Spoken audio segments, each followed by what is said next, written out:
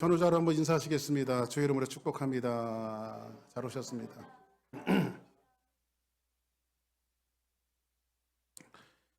자, 감사합니다. 한번 따라하겠습니다. 더러운 귀신이 나갔느니라. 더러운 귀신이 나갔느니라. 계속해서 여러분들과 함께 마가복음을 공부를 하고 있습니다. 오늘은 여러분들과 봉독한 그 마가복음 7장 24절부터 30절까지 본문을 읽었는데, 사실은 이제 오늘 본문이 시간상 너무 많은 부분을 차지하기 때문에 오늘은 사실 7장 1절부터 30절까지 다 좀 봐야 되거든요. 그러니까 거기에 있는 내용들을 제가 한번 그 속도를 붙여갖고 한번 맞춰볼 텐가 여러분들이 정신을 잘 집중하셔서 오늘 말씀을 잘 듣기를 주의 이름으로 축복합니다. 자, 우리 지난주에 여러분들과 함께 말씀을 나눴던 그 내용들이 예수님께서 이제 복음을 전하시고 큰 기적과 이적을 행하시니까 사람들이 예수님을 왕으로 자꾸 삼으려고 그래요. 그래서 예수님께서 그 자리를 피하시고 제자들을 재촉해서 배를 타고 너희들 저기 빨리 건너가 있어라 이렇게 말씀하시죠. 그래서 제자들을 배를 태워 보내시고 예수님께서는 산에 올라가서 한적한 곳에서 하나님과 같이 교제하고 계시다가 내려와서 무트를 보니까 제자들이 풍랑과 싸우고 있어요. 바다 한복판에서 풍랑과 싸우고 있는 모습을 보고 예수님께서 무리를 걸어서 제자들에게 걸어갔습니다. 그때에 제자들이 예수님을 보고 뭐라죠? 유령이다, 귀신이다 이렇게 말하잖아요. 그때 예수님께서 그 베드로라고 하는 제자가 희한한 제안을 하죠. 내니 두려워하지 말아라. 예수님께서 말씀하시니까 만일 주시옵고도 나로 인하여 무리를 걷게 하소서. 그래서 베드로가 무리를 걷는 사건, 빠지는 사건, 그리고 예수님께서 다시 건져내셔서 이제 베드로의 손을 붙들고 배에 올라갔더니 바다가 잔잔케 되어졌다라고 하는 이 말씀을 여러분들에게 드렸습니다. 그러면 사실 예수님께서 제자들에게 먼저 그들을 재촉하신 길이 있었어요. 그래서 성경에 보니까 뭐라고 말하죠? 제자들에게 너희들은 건너가서 어디에 가 있어라? 벳세다에 가 있어라 이렇게 말하죠. 근데 예수님께서 건너가신 것은 벳세다가 아니고 어디였죠? 게네사렛이었어요. 게네사렛. 예수님께서 게네사렛에 가셔서 이제 그 벳세다로 가기 전에 게네사렛에 제자들과 둘르시고 거기에 많은 병자들을 고치시고 많은 사람을 치유하시고 한 영혼을 불러내셔서 그들의 어떤 영혼의 소중성을 이야기하면서 제가 지난주에 여러분들에게 드렸던 말씀은 그런 내용이었어요. 우리가 벳세다, 그러니까 우리의 목적지, 선교지, 우리의 영혼을 구원하는 그 선교지도 중요하지만 하나님께서 주사랑교회를 이 스프링브린지에 한인타운을 세워준 이 지역이 어디냐면 바로 게네사렛이다. 그래서 우리는 지역교회에서 먼저 선교를 가기 전에 먼저 우리는 어디를 돌아봐야 되냐면 스프링브린지로 돌아보고 한인사회를 돌아보고 여기 영혼 한 사람 한 사람을 소중히 여기는 이런 지역교회의 역할을 감당해야 한다라고 여러분들에게 말씀을 드렸습니다. 그렇다면 이제 그 말씀에 이어서 오늘 이제 본문에 있는 내용은 7장 1절부터 23절까지 장장 23절에 걸쳐서 정결법에 대한 유대인들이 갖고 있는 정결법에 대한 논쟁을 이야기해 주고 있어요. 유대인들 사회에서는요, 이 정결법은 굉장히 중요합니다. 이 의식 속에서 이 정결법은 굉장히 중요한데 여기에 정결 논쟁에 대한 것들을 장작 23절이나 7장에서 이제 말씀을 통해서 벌이고 있어요. 유대인들 히브리 사람들은요, 모든 의식 구조가요, 정결 속에서 거의 다 연결돼 있다고 해도 과언이 아닐 정도로 이 사람들은 굉장히 그 정결법에 대해서 굉장히 중요시 여깁니다. 예를 들자면 그런 겁니다. 이 사람들이 왜 정결법을 중요시 여기냐면 시대가 혼탁하잖아요. 시대가 혼탁하니까 이 혼탁한 시대에서 우리라도 히브리 사람이라도 하나님의 자녀만이라도 우리가 정결함을 갖고 살자 해갖고 이 사람들이 나름대로 장로들의 구전에 의해서 이 정결법을 만들었어요. 정결법을. 그런데 이게 이제 예를 들자면 이런 겁니다. 요즘에 여러분들 21세기 지금 세대가 굉장히 혼탁한 시대에 살아가고 있습니다. 무엇이 참인지 무엇이 거짓인지조차도 구분하지 못할 정도로 이렇게 혼탁한 세상에 살아가고 있어요. 우리 어릴 때는요, 그 세계사 같은 거 배우면요, 창조론 배웠어요. 이 창조론이 아니라 진화론 배웠어요. 그래서 여러분들 그거 아십니까? 오스트랄로피테쿠스가 뭐 호모 에렉투스가 되고, 호모 에렉투스가 호모 사피엔스가 되고, 호모 사피엔스가 사람이 되어졌다. 그러니까 원숭이가 사람이 되어진 거, 이렇게 우리가 세계사 시간에 그런 거 배웠거든요. 응? 근데 저는 크리스찬이었기 때문에 선생님이 아무리 그렇게 가르쳐도 택도 없는 소리 하지 말아라. 세상은 다 하나님이 만드셨다. 저는 그렇게 이해를 했습니다만은 우리 어릴 때는 그렇게 배웠어요. 근데 요즘에 학교에서 이제 아이들에게 뭘 가르치냐면 여러분 가정의 종류는 몇 가지가 있어요. 이렇게 가르칩니다. 여자와 여자끼리 사는 가정도 있고 남자와 남자끼리 사는 가정도 있고 여자와 남자가 사는 가정도 있습니다. 요즘에는 아이들에게 그런 거 가르친다고요. 그러니까 뭐가 참인지 거짓인지 모르잖아요. 그러니까 교육을 그렇게 받다 보니까는 이제 이런 그 어떤 혼탁한 세대에서 뭐가 진짜 하나님께서 만드신 가정인지조차도 분별하지 못하고 교육이 그렇게 되어지니까 아이들이 진짜 가정에 대한 의미를 잘 알지 못하죠. 그러니까 이런 사고 속에서 나름 그 시대에 살아갔던 그 이스라엘 사람들, 그 히브리 민족들, 유대인들도 이런 혼탁한 시대에서 우리가 어떻게 우리라도 정결하며 살아가야 될 것인가에 대한 것들을 가진 것이 이들의 정결법이에요. 오늘 이제 내용이 그런 겁니다. 예수님의 제자들이 이제 떡을 먹는데 손을 씻지 않고 떡을 먹었어요. 그러니까는 장로들의 구전에 의하면 유대인들은 손을 씻고 떡을 먹게 되어 있는데 손을 씻지 않고 떡을 먹습니다. 유대인들이 떡을 먹는 건 이렇습니다. 이렇게 이제 떡을 하나 갖고 올라오고 잘못했네요. 이렇게 해서 떡을 이렇게 먹잖아요. 이렇게 입으로 먹잖아요. 그러면 이걸 또 가서 물에다가 손을 씻는 것이 아니라 떡 부스러기 있잖아요. 떡 부스러기 여기 이제 끈덕끈덕한 게 묻을 거 아니에요. 떡을 먹으면 그죠? 그럼 떡 부스러기를 갖고 이렇게 손을 씻어요. 이렇게요. 예? 그러면 이제 여기 이제 떡고물들이 남을 거 아니에요. 그 남으면 이제 바닥에다 이렇게 텁니다. 이렇게 바닥에다 털고 그 다음 떡을 먹게 돼 있어요. 그러면 바닥에 턴 건 누가 와서 먹을까요? 개들이 와서 그걸 먹는 거예요. 오늘 예수님이 그 얘기를 하고 있는 거예요. 오늘 이해되시죠? 무슨 말씀인지요?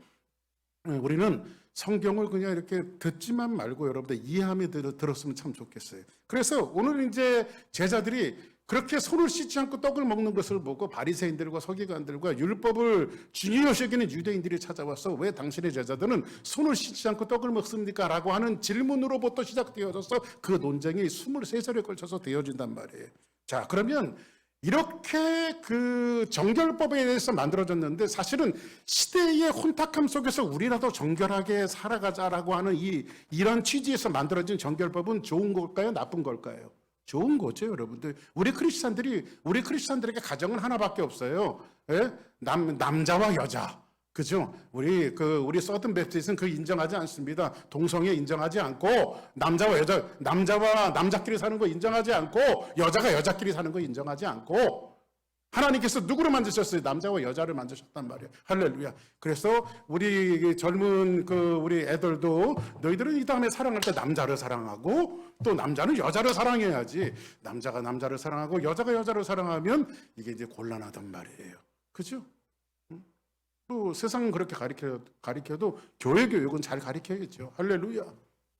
마치 이제 그런 겁니다, 여러분들. 옛날에 이제 바리새인들이 있어요. 바리새인들. 이 바리새인들은 구별되어진 자, 분리된 자 이런 뜻이에요. 왜 이 바리새인들은요. 신구약 중간서 때 말라기 선지자가 이제 마지막 구약의 선지자로 나오고 나서 이제 더 이상 하나님께서 선지자를 보내주지 않으니까 이스라엘 사람들이 답답한 거예요. 하나님의 말씀을 대언하는 사람이 없으니까. 그래서 이 사람들이 자구책으로 사람들이 모이기 시작하면서 우리가 이 선지자가 더 이상 나와서 우리를 가르쳐 주지 않으니까 우리가 율법을 하나님의 말씀으로 돌아가자. 그래서 율법을 지키자. 이 율법을 지키자라고 하는 사람들이 모인 사람들이 누구냐면 바로 바리새인들이란 말이에요. 그래서 이 사람들은 실제로 율법을 가르쳤고 율법을 배웠고 또 율법을 지켰고 말씀대로 살려고 사실은 이 바리새인들이 처음에는요 굉장히 좋은 사람들이에요. 이 좋게 시작되어진 사람들이 이 바리새인들이에요. 그렇게 나쁘게 시작되어진 사람들이 아니에요. 왜냐하면 이 사람들의 취지는 뭐예요? 하나님 말씀 지키자, 율법 지키자 이런 취지로 만들어진 사람들이니까. 근데 시간이 지나고 세월이 지나니까요 이게 본래의 취지와 본질은 사라지고 형식만 남은 거예요. 형식만. 예를 들어서 그겁니다. 바리새인들이 이렇게 얘기합니다. 세상 사람들, 하나님 믿는 사람들이 하루에 얼마나 기도를 하지? 1시간 정도 한다고 하는데, 우리는 좀 구별되어진 사람이니까 1시간 하면 안 되겠지. 우리 한 3시간 정도 하자. 그래서 바리새인들은 3시간 기도했어요. 예를 들자면, 세상 사람들은 하루에 유대인들이 하나님 믿는 사람들이 하루에 금식을 몇 번 하지? 한 번 정도 한대요. 일주일에 한 번 정도 한대요. 우리는 그래도 일주일에 한 3번 정도 하자. 이렇게 해갖고 처음에는 뭔가 좀 말씀을 지키고 본질적으로 하나님의 말씀을 따라가려고 하는 이러한 것으로 시작되어졌는데 나중에는요 그거 다 사라지고요. 일주일에 3번 금식해야 되고 하루에 3시간 3시간 기도해야 되고 요것만 남은 거예요. 요것만. 그러니까는 어떻게 되겠어요? 3시간 기도하지 않는 사람은 아주 신앙인도 아니고 나쁜 사람들이고 일주일에 3번씩 금식하지 않은 사람들은 제대로 신앙생활을 하지 않는 사람이 이런 형식만 남게 되어진 거예요. 그때 예수님께서 오셔서 그들을 비판하는 그 본질을 왜곡하는 그 사람들을 예수님께서 말씀하시는 거죠. 근데 오늘 여기에도 보니까 제자들이 손을 씻지 않고 떡을 먹는 것에 대해서 그 형식만 남은 그것에 대해서 사람들이 이제 비판하기 시작하는 것들을 보게 되어집니다. 그래서 여기에서 그 논쟁을 이야기하면서 한 가지 논쟁이 고르반이라고 하는 논쟁이 나오는데 한번 우리 같이 한번 8절부터 좀 성경을 봤으면 좋겠어요. 자, 8절 봅니다. 시작. 너희가 하나님의 계명은 버리고 사람의 전통을 지키느니라. 자, 그러면 이제 이런 정결법에 대한 논쟁에 대해서 너희가 하나님의 계명을 버리고 이 사람들이 하나님의 계명을 버렸네요. 그죠? 하나님의 계명을 버리고 사람의 전통을 지키느냐 이렇게 말합니다. 9절 시작. 또 이르시되 너희가 너의 전통을 지키려고 하나님의 계명을 잘 저버리는도다. 자, 보세요. 전통이 중요합니까? 하나님의 계명이 더 중요합니까? 하나님의 계명이 더 중요하죠. 근데 여기서 너희들이 이제 전통을 지키려고 하나님의 계명을 버렸대. 근데 하나님의 계명이 뭐냐? 그러면 오늘 이 말씀에 하나님의 계명이 있어요. 10절 보겠습니다. 모세는 시작. 모세는 내 부모를 공경하라 하고 또 아버지나 어머니를 모욕하는 자는 죽임을 당하리라 하였거늘. 자, 그럼 하나님의 계명이 뭐예요? 예수님께서 지금 정결법에 대한 논쟁을 이야기하시는 중에 고르반이라고 하는 그 내용들을 가지고 이야기하는데 하나님의 계명은 뭐예요?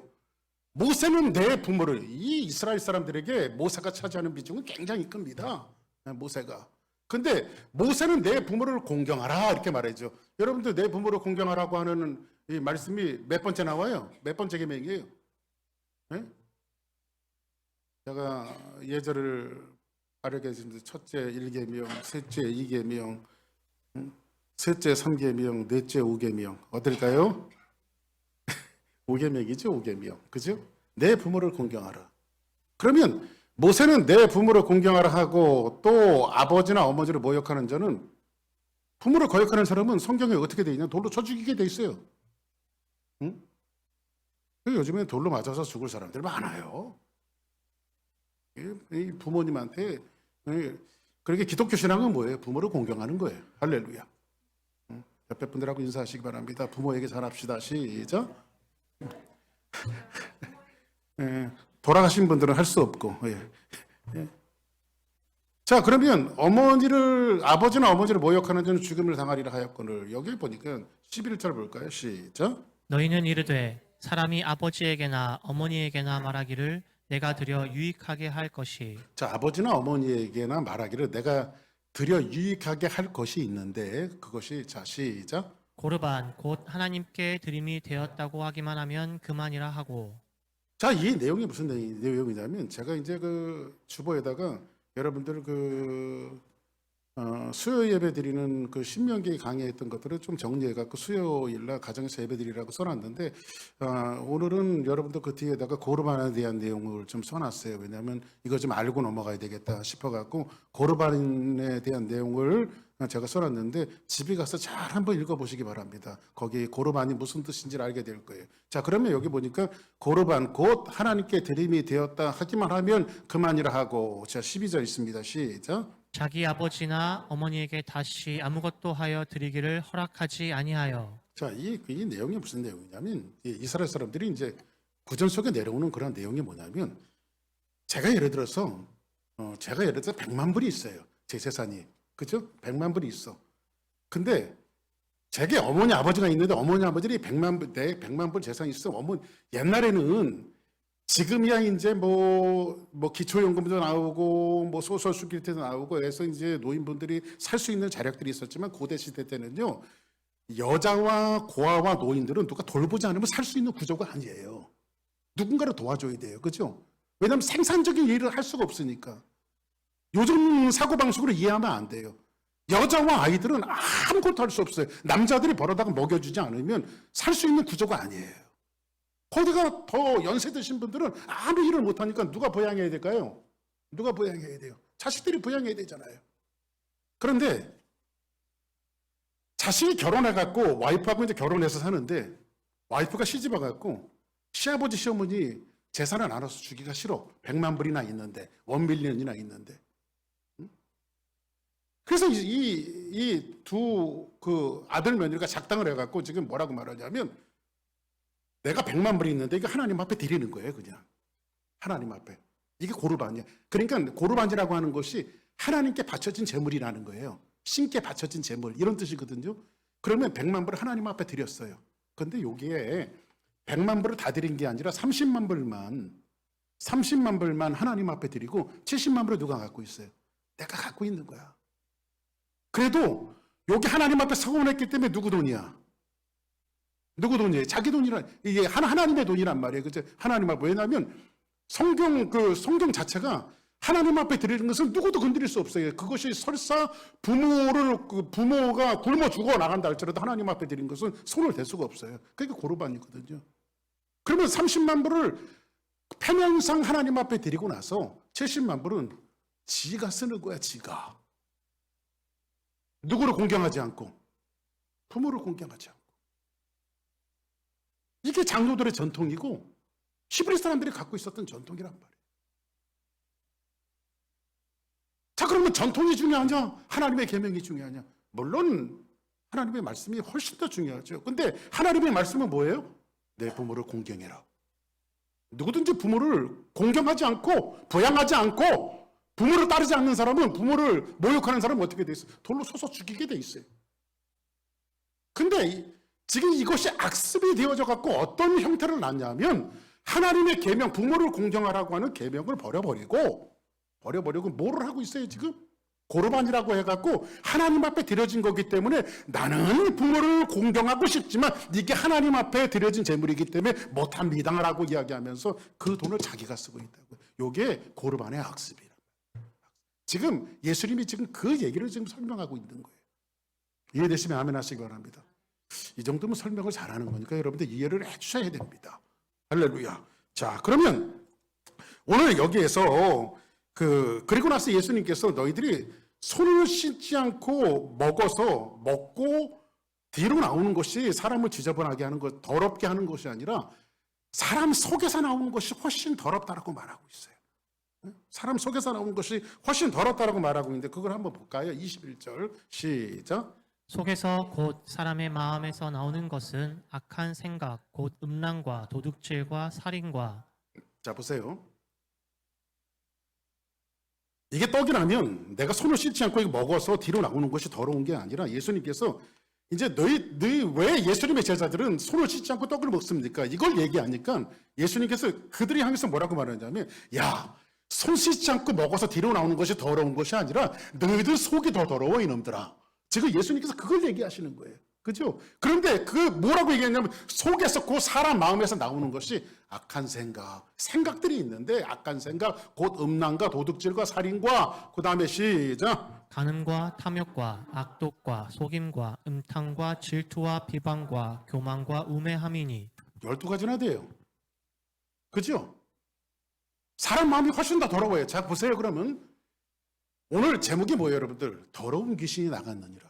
그러면 예수님께서 정결법에 대한 논쟁을 1절부터 23절까지 하시고 거기에는 고르반이라고 하는 악습도 있고 손 씻고 떡을 먹는 그런 일들도 있고 악습에 대한 이야기를 하다가 맨 마지막에는 결론을 예수님께서 뭐로 끝나냐면 수르보니게 여인의 딸이 더러운 귀신이 들렸는데 그 귀신을 쫓아내므로 마무리를 하거든요. 그러면 이 귀신을 쫓아내는 사건과 정결법과 아무 상관이 없는 것 같지만 사실 예수님은 이 귀신을 쫓아내면서 그 더러운 것이 어떻게 정리가 되어졌는가를 이 말씀을 통해서 설명해 주고 싶은 거예요.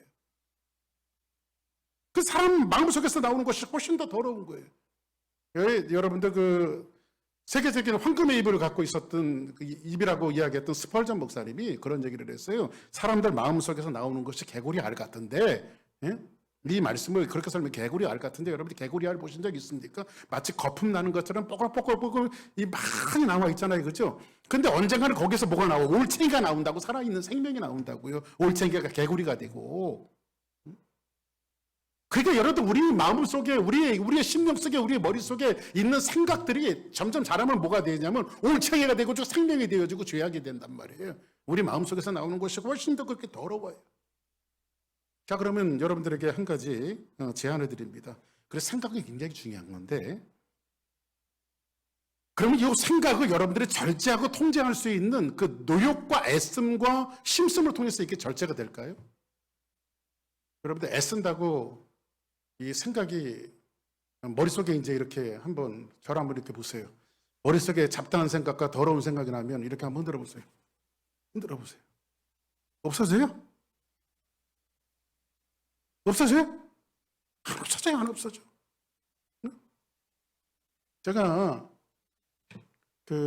한국에서 목회할 때 한국의 성자라고 하는 그 한경지 목사님이 영락교회 목사님이신 돌아가셨는데 그 63빌딩에서 그분이 그 템플턴 상을 타시고 세미나를 하셨어요. 세미나를 하셔서 저도 한경지 목사님 잘 알지 못하지만 그분 세미나 한번 들어보고 싶어서 제가 한번 63빌딩에 찾아간 적이 있습니다. 근데 그분이 딱 두 가지 얘기하더라고요. 거기 나오셔서 이제 그 템플턴 상 이걸 갖고 나오셨어요. 그런데 거기 목사님들이 다 계셨는데 목사님들 저는 이거 받을 만한 자격이 없는 사람입니다. 그러면 첫 번째 하시는 말씀이 저는 신사참배한 목사올시다 이렇게 얘기하더라고요. 그때 내가 일정 시대 때 죽었어야 되는데 내가 신사참배하고 이게 뭐 생명부지한 목사입니다. 이거 받을 만한 자격이 없습니다. 근데 아무 목사님도 그분에게 돌을 던질 분이 없어요. 아주 솔직하잖아요. 그렇죠? 근데 두 번째 말씀하시는 것은 그런 거예요. 아주 그때 굉장히 연세가 많이 드셨거든요. 그런데 목사님이 또 한 가지 뭔지 아십니까? 제가 보시다시피 나이 많고 늙고 이렇게 보잘것없는 이 볼품없이 이렇게 나이만 들었는데 나이가 들면 돈 보면 욕심이 안 생길 줄 알았더니 돈 보면 욕심이 생깁시다. 그러시더래요. 나이가 들어도 돈 보면 욕심이 생기더래요. 이쁜 아가씨들이 지나가니까 안 볼 줄 알았더니 눈이 실컷 돌아가더래요. 자기 이 노인이. 그 하시는 고백이에요. 한경지 목사님 하시는 고백. 이 머릿속에 12가지가 다 들었거든요. 그죠? 바깥에서 먹고 싸는 것이 더러운 것이 아니라 우리 생각 속에서 마음 속에서 나오는 것들이 이 간음과 탐욕과 악독과 속임과 음탕과 질투와 비방과 교만과 우매함과 이 모든 것들이 다 들어있어요. 12가지. 이 12가지로부터 자유하신 분이 있으면 손을 한번 들어보시기 바랍니다. 저도 자유하지 않아요. 말씀을 전한 이 박 목사가 거기에 자유하기 때문에 여러분들에게 말씀을 드리는 게 아니에요. 그래서 여러분들 이런 그 생각들이 우리가 노력하고 애쓰고 머리를 흔든다고 없어지는 게 아니에요. 이게 노력한다고 없어지는 게 아니에요. 자, 그러면 결론부터 말씀드리는 거예요. 더러운 귀신 들린 그 여인의 딸을 누가 내어 쫓죠? 예수 그리스도께서 내어 쫓아버려요. 그죠? 그러면 우리 안에 오신 주님께서 이 모든 문제를 해결해 주셔야만 이 생각의 문제가 해결되어지는 것이지 우리의 노력으로 해결되어지는 게 아니란 말이에요. 이게 누구의 이름으로? 예수의 이름으로 우리가 믿는 예수님이 그것을 해결하는 것이지 우리의 노력과 애씀이 그걸 해결하는 것이 아니라고 하는 것을 예수님께서 그렇게 결론을 짓는 거예요. 오늘 말씀이. 예? 할렐루야. 불교 얼마 초팔이 지났습니까? 부처님 오신 날? 나는 언제인지 모르겠어요. 관심이 없으니까. 근데 그 불교계에서 한국에서 굉장히 추앙하는 분이 이미 돌아가셨습니다. 성철 스님. 성철 스님이 대단한 분이죠. 12년 동안 앉아서 수행을 하신 분이니까. 12달이 아니라 12년. 기도와 수행하신 분이 성철 스님이에요.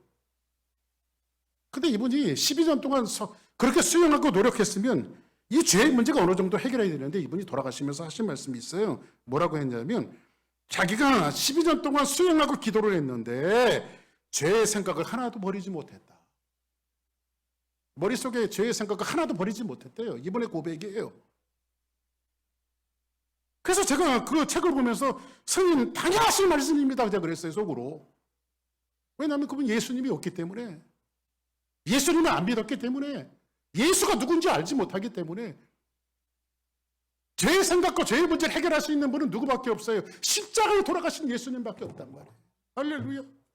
우리를 속죄하신 예수님밖에 없어요. 나의 죄를 씻기는 예수의 피밖에 없네. 할렐루야. 그것이 예수 이름으로 해결되어지는 것이지 우리의 노력과 애씀으로 해결되어지는 것이 아니에요.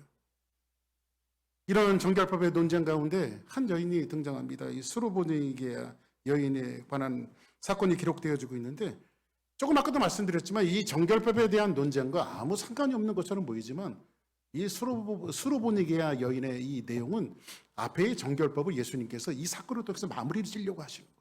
한번 보겠습니다.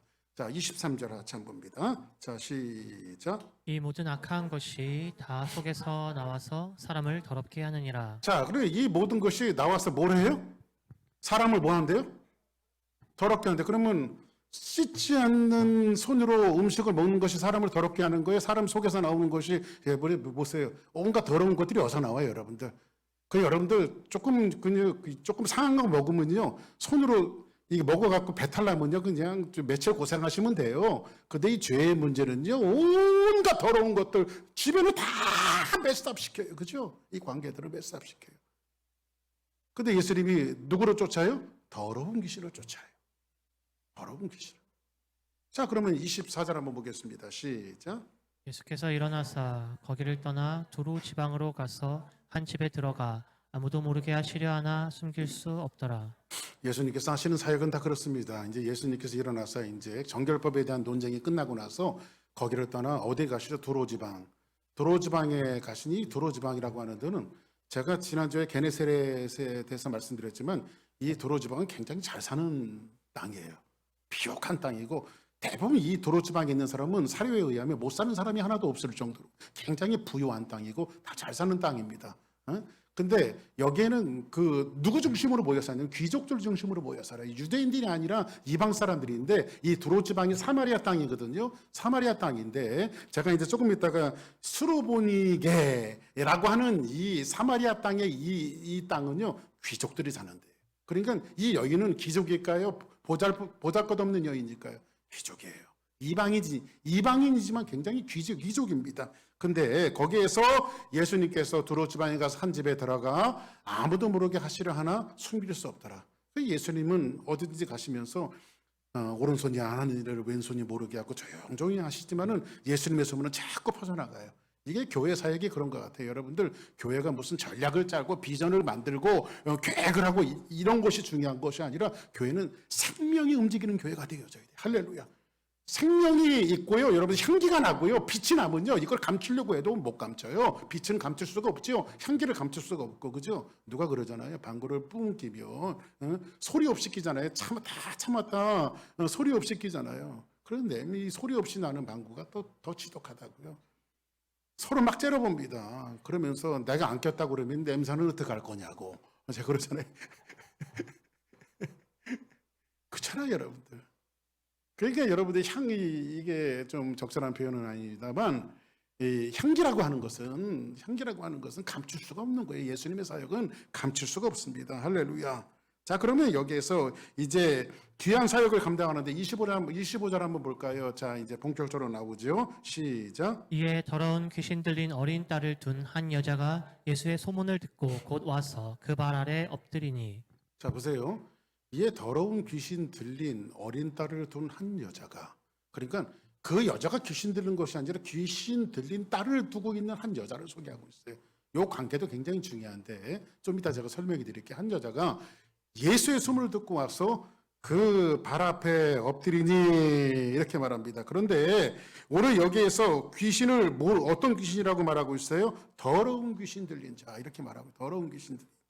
자, 그러면 한번 봅시다. 이제 이 더러운 귀신은 당시의 그 암울한 시대를 우리에게 예표해주고 있는데, 오늘 좀 전에 봐서 20절 한번 보겠습니다. 시작. 또 이르시되 사람에게서 나오는 그것이 사람을 더럽게 하느니라.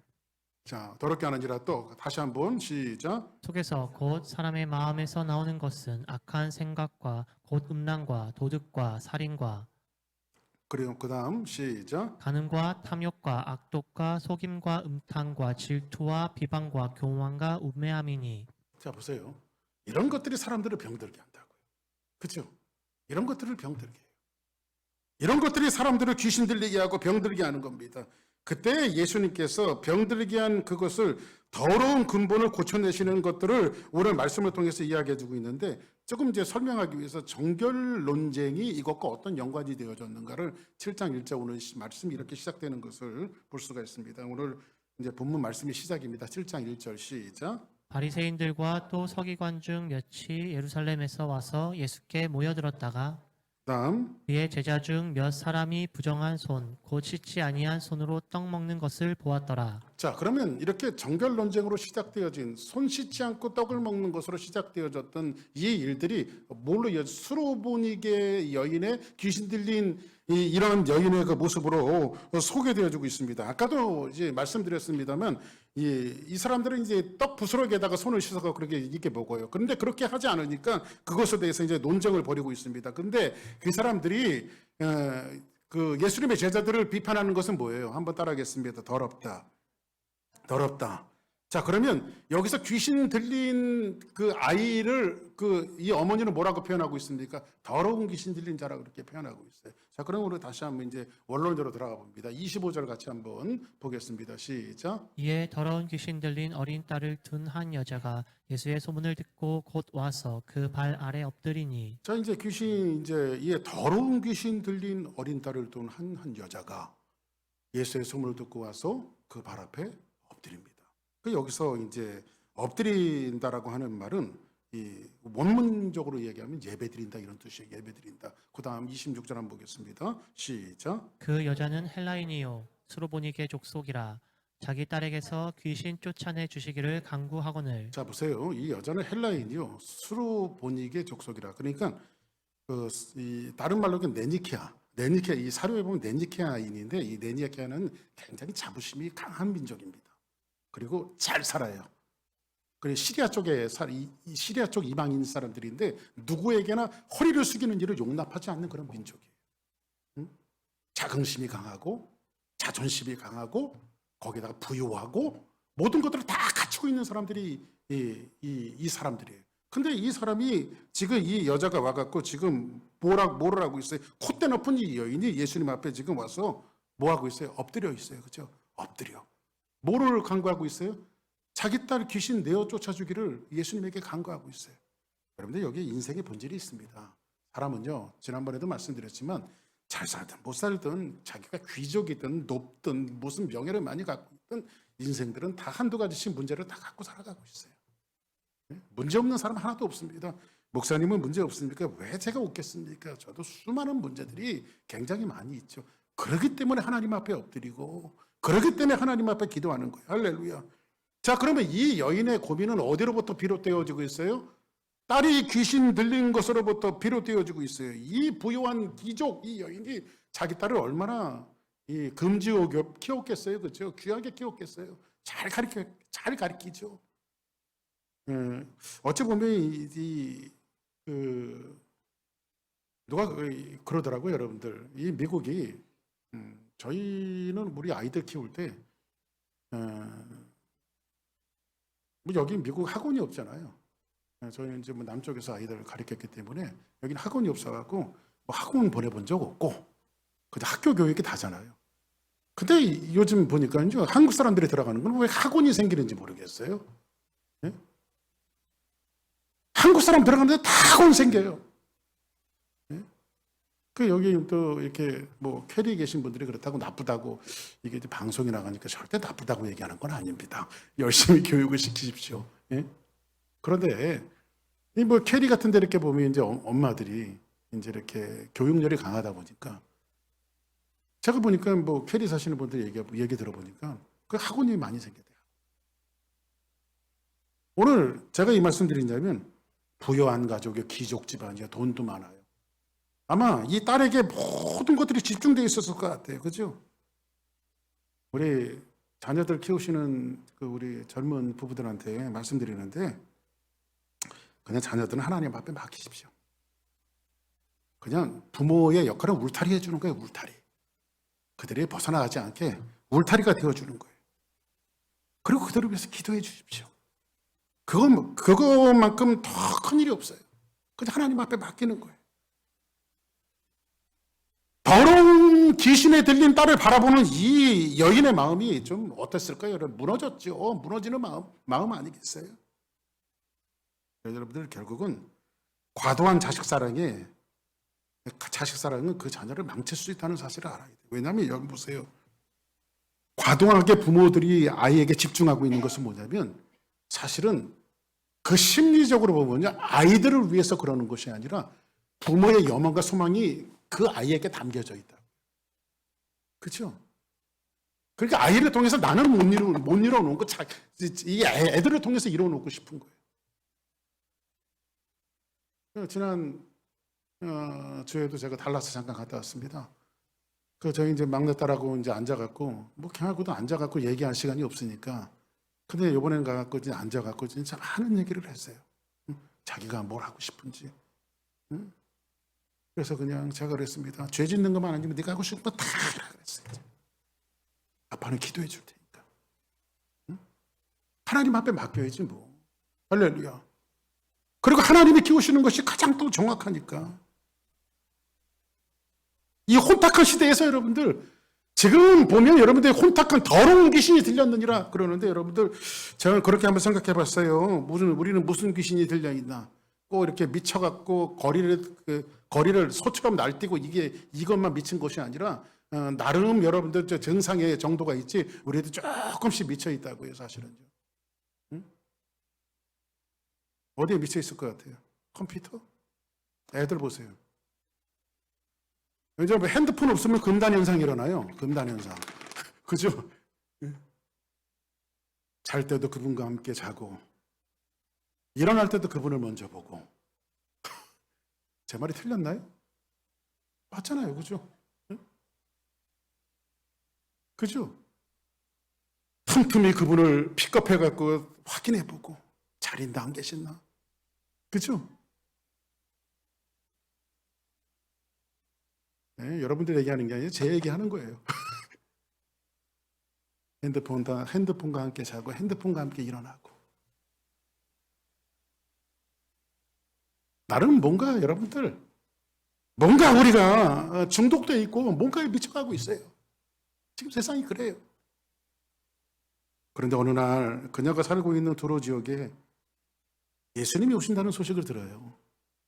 예수님이 오신다는 소식을 듣는 순간 이 여인은 모든 것들을 내려놓고 예수님을 따라갑니다. 예수님을 쫓아갑니다. 그리고 그 발 앞에 엎드려요. 엎드린다라고 하는 말은 한번 따라하겠습니다. 예배드리다. 예배드리다. 여기 보면 프로스피토라고 하는 말로 쓰여져 있는데 이게 예배한다는 뜻이거든요. 예배한다는 뜻. 예수님은 스로보니게아 여인을 테스트하고 한번 딱 시험해 보십니다. 난데없는 여자가 와서 예수님에게 예배하네, 엎드려서 예배를 드리네요. 예수님이 물어보진 않아서 얘가 예배 진심인가? 여러분들 여기 와서 여러분들이 예배 드리지만 예수님은 여러분들의 예배가 진심인가를 테스트를 하세요. 근데 예수님이 테스트하시는 것이 모욕에 가까울 정도로 테스트를 하십니다. 27절 한번 볼까요? 시작. 예수께서 이르시되 자녀를 먼저 배불리 먹게 할지니 자녀의 떡을 취하여 개들에게 던짐이 마땅치 아니하니라. 예수께서 이르시되 자녀로, 여기서 보니까 떡이라고 하는 사실에 생명의 떡이신 예수님이십니다. 그죠? 근데 예수님이 뭐라고 하냐면 자녀는 누구예요? 유대인들을 가리켜요. 히브리 사람들을. 내가 이 땅에 온 것은 내 민족, 내 자녀들을 먼저 배불리 먹게 할지니 자녀의 떡을 취하여 개들에게 던짐이 마땅치 아니라. 그러니까 지금 이 수로보니게 여인은 뭐 이방인이에요. 그 뭐로 취급하고 있어요? 개로 취급하고 있죠. 그죠? 자, 그러면 다시 한번 이제 정리를 해보자고요. 제자들은 손을 씻지 않고 떡을 먹었어요. 그죠? 근데 원래는 어떻게 해야 돼요? 떡을 먹었으면 떡부스러기에다 손을 닦아서 또 먹어야 돼요. 그 떡부스러기는 어디에다 떨어뜨려요? 땅에다 떨어뜨린단 말이에요.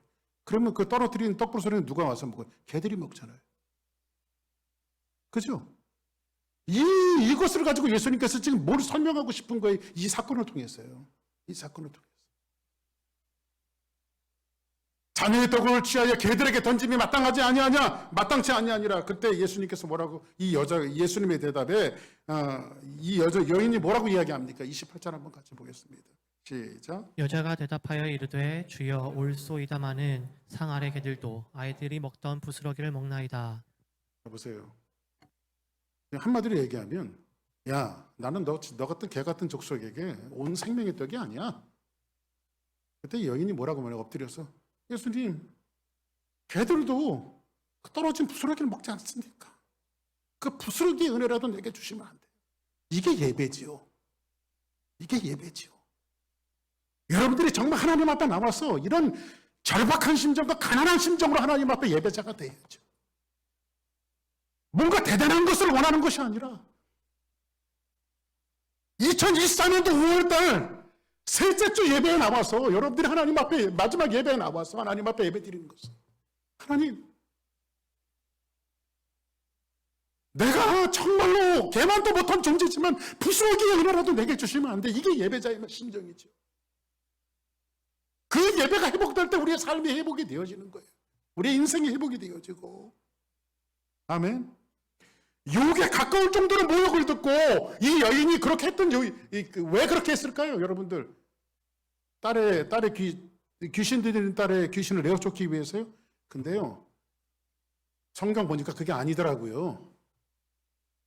처음에는 딸을 위해서 찾아왔는데, 더러운 귀신을 내어 쫓기 위해서 딸의 문제를 갖고 찾아왔는데, 예수님을 만나보니까 이분이 메시아야, 이분이 주님이고, 그래서 이제 딸의 문제를 제껴놓고 이 여인이 예수님을 보는 순간 뭐라고 고백하냐면, 마가는 이렇게 기록하고 있는데 이 똑같은 사건을 마태가 조금 더 정확하게 성경을 풀어냈는데, 한번 마태복음 보겠습니다. 이 똑같은 사건인데 마태복음 15장 21절 시작. 예수께서 거기서 나가사 두로와 시돈 지방으로 들어가시니 그 다음 시작. 가나안 여자 하나가 그 지경에서 나와 소리질러 이르되 주 다윗의 자손이여 나를 불쌍히 여기셔서 내 딸이 흉악하게 귀신 들렸나이다 하되. 할렐루야. 이 여자가, 가나안 여자 하나가 그 지경에 나와서 소리 질러 이르되, 누구요? 주 다윗의 자손이요.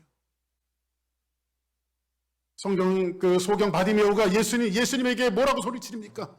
다윗의 자손 예수여 나를 불쌍히 여겨 주옵소서. 예수님은 정확하게 누구로 고백하고 있어요?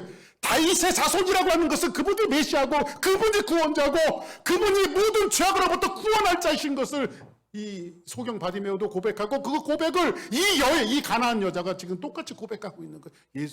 예수님은 그렇게 고백하고 있어요. 단지 내 딸의 귀신을 내어 쫓아달라고 하는 그런 간청이 아니라, 당신만이 내 구원자시며 당신만이 내 인생의 문제를 해결할 수 있으며 내 영혼의 문제를 해결할 수 있다고 이분이 외치고 있는 거예요. 이 사람이 외치고 있는 거예요. 그 예배가 그런 거예요, 여러분들. 나를 불쌍히 여겨 주십시오. 나를 궁히 여겨 주십시오. 주님 떠나가시면 나는 아무것도 할 수 없어요. 할렐루야. 그래서 우리 예배 그거예요. 주 떠나가시면 내 생명 헛되네. 기쁘나 슬플 때 늘 계시옵소서. 기쁘고 기쁘도다 항상 기쁘도다 나 주께 왔사오니 복 주옵소서. 할렐루야. 이 이방 여인에게 뭐가 살아났습니까? 문제는 딸의 문제로 찾아왔지만 이방 여인은 예수님을 예배하는 예배가 살아났어요. 할렐루야. 정결법의 논쟁 속에서 더러운 것을 얘기했는데 그 더러운 것은 사람의 마음 속에서 나오는 것인데, 사람 속에 마음 속에 나오는 것들이 그렇게 더러운 것들이 많아요. 이 더러운 문제를 해결할 수 있는 이 더러운 귀신이 지금 누구에게 들어가 있냐면 이 여인의 딸 속에, 몸 속에 들어가 있어요. 그 12가지나 되는 더러운 것들이 다 들어가 있어요. 근데 그걸 누가 내어 쫓죠? 예수님이 내어 쫓아요. 누가 내어 쫓아요? 예수 그리스도가 내어 쫓아요. 더러운 문제가 해결될 수 있는 방법은 누구밖에 없어요. 예수의 피밖에 없고 예수밖에 없고. 할렐루야. 할렐루야. 이 여인이 예배가 회복되니까, 그러니까 성경에 보니까 이게 이 딸의 귀신의 문제가 아니었고 이 여인의 문제였어요. 여인의 문제. 이 여인이 하나님 앞에 예배자가 되어지니까 딸은 저절로 났어요. 저절로. 그죠? 볼까요? 어떻게 났는가? 29절 시작. 예수께서 이르시되 이 말을 하였으니 돌아가라 귀신이 내 딸에게서 나갔느니라 하시매. 할렐루야. 아니 예수님이 가서 좀 만져주고 귀신아 나가라 이렇게 하셔야 되는데 이 여자가 예배가 회복되니까 귀신은 저절로 나가요. 할렐루야. 그러면 그 딸의 문제는 누구의 문제였어요? 엄마의 문제였어요. 부모로서 여러분들 그런 책임을 좀 갖고 있어야 합니다. 여러분 자녀들이 정말 복되고 아름답게 살아가기를 축복합니다. 근데 문제가 있을 때 캐톨릭에서는 그거 하더라고요. 이건 나쁜 거 아니니까 우리도 한번 해봅시다. 손 한번 이렇게 들어보시고요. 응? 캐톨릭에서 하는 건데 그냥 이거 뭐 그냥 한번 해보시면 돼요. 내 탓이요. 내 탓이요. 수르보기냐 여인이 예수님 만나는 순간 내 딸의 더러운 귀신이 들어간 것은 그 아이의 문제가 아니라 주님과의 예배의 문제가 회복되지 않는 내 탓인 것을 알았을 때, 주님 앞에 엎드려 예배자가 되었을 때에 자식의 문제가 해결되고 인생의 문제가 해결된다. 할렐루야. 아멘. 오늘 그거를 얘기하고 싶은 거예요. 그래서 여자가 집에 돌아가 본 적 아이가 침상에 누워 귀신이 나갔더라. 할렐루야. 이런 역사가 여러분들의 삶 가운데 있기를 주의 이름으로 축복합니다. 더러운 귀신, 더러운 문제들을 해결하는 것은요, 노력하고 애쓰고 뭐 콰이어 타임 하시는, 물론 그거 굉장히 좋은 겁니다. 아침마다. 근데 우리의 노력과 애씀으로 더러운 문제와 죄의 문제가 해결되는 것이 아니에요. 누구밖에 없습니까? 예수님이. 할렐루야. 예수님이 내 안에 오셔서 주인 되시면, 여기 예수님이 보내주시는 것은 성령님을 보내주시는데, 우리가 죄질 때문에 성령님이 규사가 그러면 안 돼. 너 나 근심하게 할래? 이러한 그 매일매일의 싸움이 우리 안에서 성령께서 이루어질 때에 이 더러운 문제들이 해결되어지고, 여러분 자신 한 사람 한 사람의 인생의 문제가 예배자로 주님 앞에 세워지면 여러분의 자녀의 문제들은, 여러분의 삶의 문제들은 저절로 해결되어진다. 할렐루야. 그거를 예수님이 얘기하고 싶은 거예요. 아멘. 이 말씀 붙들고 여러분들 믿음으로 승리하기를 주의 이름으로 축복합니다.